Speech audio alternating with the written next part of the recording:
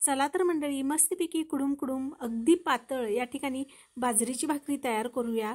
तोंडाची चव वाढवणारी ही बाजरीची भाकरी कशी करायची ते पाहणार आहोत। यासाठी परातीमध्ये बाजरीचं पीठ घ्यायचं आहे। अर्धा चमचा जिरे, अर्धा चमचा ओवा मिक्सरवरती बारीक वाटण करून घेऊया। हे वाटलेलं पावडर आपल्याला पिठामध्ये घालून घ्यायचे आहे। चवीनुसार मीठ घालायचं आहे, पाव चमचा हळद। सर्व साहित्य एकत्र मिक्स करून घेऊया। मिक्स करून घेतल्यानंतर आता आपण यामध्ये थोडं थंड पाण्याचा वापर करून याचं पीठ मळून घेणार आहोत। बाजरीचे पीठ चिकट असतं, त्यामुळे या ठिकाणी मी थंड पाण्याचा वापर केलेला आहे। ज्वारीच्या पिठाप्रमाणे बाजरीचे पीठ नसतं। ज्वारीच्या पिठासाठी आपल्याला गरम पाण्याचा वापर करावा लागतो, कारण ज्वारीचं पीठ हे जास्त चिकट नसतं। चिकटपणा येण्यासाठी आपल्याला गरम पाण्याचा वापर करावा लागतो। आता बाजरीचं पीठ चिकट असल्यामुळे या ठिकाणी मी थंड पाण्याचा वापर करत आहे। आता हे पीठ आपल्याला भाकरीच्या पिठाप्रमाणे मळून घ्यायचं आहे।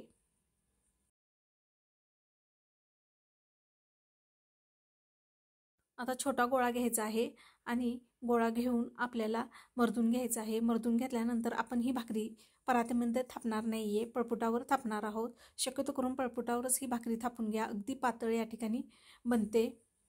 पळपुटावर पीठ टाकून घ्यायचं आहे आणि यावरती आपल्याला भाकरीचा गोळा घालायचा आहे आणि भाकरी थापून घ्यायची आहे। जर पळपुटाला आपल्या भाकरी चिटकत असेल तर पीठ घालून परत आपल्याला ही भाकरी थापून घ्यायची आहे। दोन्ही हाताने नंतर कडा आपल्याला पातळ करून घ्यायचे आहेत।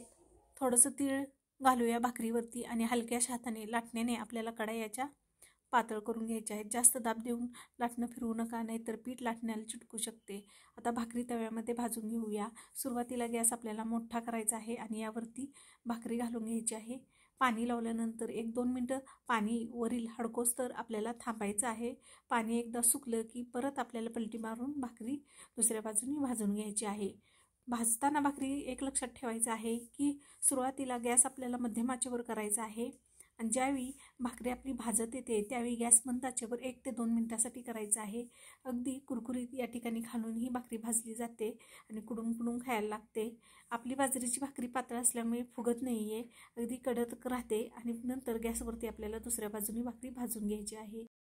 या ठिकाणी बघा, भाकरी थापून झाल्यानंतर आपल्याला लाटण्याने हलकेसे लाटून घ्यायचं आहे। तुम्हाला हवं असल्यास यावरती तीळही घालू शकता।